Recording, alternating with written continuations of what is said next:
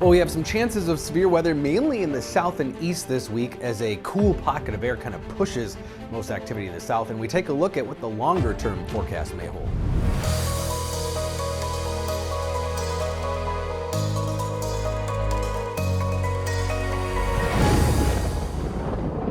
So we've got this upper level low, which is basically a pool of chilly air, dropping the temperatures across the Great Lakes area, and this is going to kind of spin through the eastern half of the country, keeping the jet stream to the south. We've got a pretty energized subtropical jet stream, but that's going to keep most of the moisture and heat to the south as well. So that's why severe weather really going to be focused right along that boundary. This is looking at animating the next 3 days of severe weather outlooks, and you can see basically it stays in the southeast, which is a little unusual for this time of year. Of course, we expect more severe weather in the plains, but we also have a drought for much of the plains too. So this is looking at temperatures aloft about 10,000 feet, and you can see this pool of cool air just kind of spins around to the east slowly. It has helped to push that ridge of heat, that heat dome, off to the west a little bit, but that's going to be moving back in. So we're going to be heating up, but it's going to take a while for that moisture to recover a little bit further north. So most of the muggier dew points, 60s and 70s, well to the south of where it should be normally at this point in the season. But we're going to start to see that change here as that cooler air drifts further east, the heat dome builds back in. That's going to allow that moisture to move back in. And this will increase the chance of some showers and thunderstorms further north by late in the week, Thursday and Friday. But severe weather may not be real impressive by the end of the week either. So most of the energy, it's really directly proportional to how much moisture you have, and instability aloft. That's going to be mostly to the south as well, again, until we head into the end of the week. But we do have plenty of shear too. This is because the jet stream, really the only upper level winds, are well to the south across Texas, Oklahoma, and through the southern states through the week.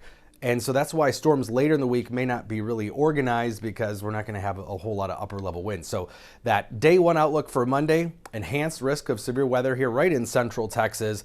We do have some shear, plenty of energy and juice there, so that will lead to some isolated strong to severe storms. But when we look at all three models, the American, the European, Canadian models, you can really see that the precip lines up. This is total precip through the week, all lines up to the south, so south of the boundary of that cooler air.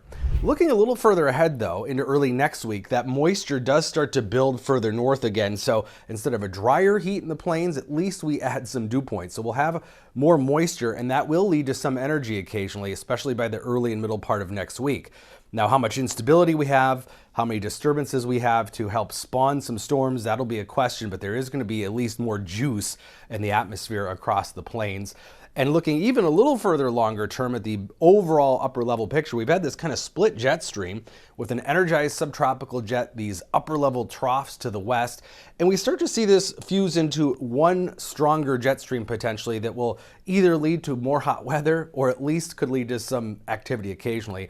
Some meteorologists have been commenting on the shift in the MADDEN Julian oscillation, which is just one of the many large-scale patterns we look at. It's essentially precipitation patterns in the Pacific. It kind of sloshes back and forth. You get upward motion, storminess in one part, and then air descends in the other part, and this just kind of moves back and forth naturally through the Pacific. And as we start to see that energy propagate eastward, we can start to see at least some activity change in North America as well. But longer term, all three models really do keep it pretty dry for the plains. Again, this should be an active time of year, but it's likely that we're just going to continue to see drought expand over the next few weeks because forecast precipitation anomalies remain well below normal.